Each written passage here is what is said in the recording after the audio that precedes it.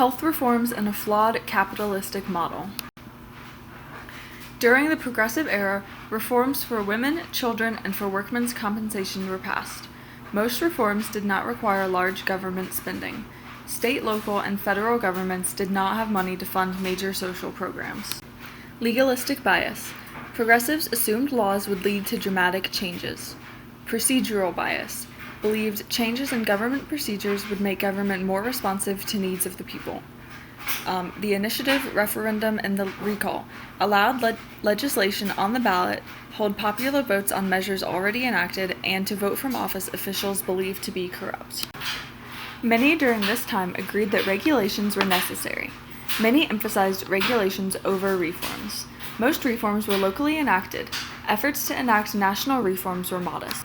Types of reform agendas. Policies to reduce corruption and government reforms. Regulate the economy, restrict corporations, federal banking, and currency controls. Wanted to develop licensing laws and accredited educational programs. Legislation to curb immigration, gambling, prostitution, and to limit alcohol. Regulations to limit the ability of corporations. Programs to redistribute resources to impoverished workers. Difficulties of promoting reform agendas. Having so many agendas decreased the chances of significantly affecting any of them. Agendas received unequal attention, and the middle class shaped content and direction of most reform. Political limits on reform.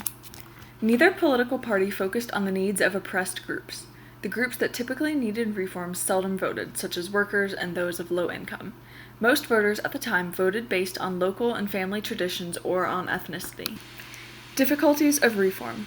Residential segregation, language barriers, and ethnic rivalries made political cooperation difficult among immigrants. Most immigrants distrusted reformers as they thought reforms were not relevant to their needs.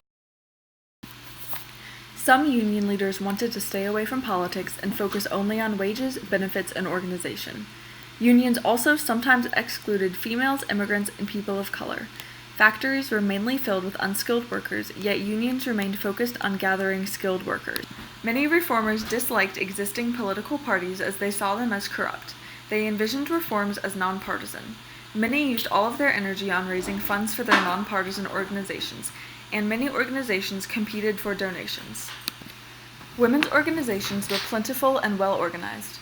Many well-educated women could not enter the workforce, so they became involved in social reform. About 1/3 of college students were women in 1900.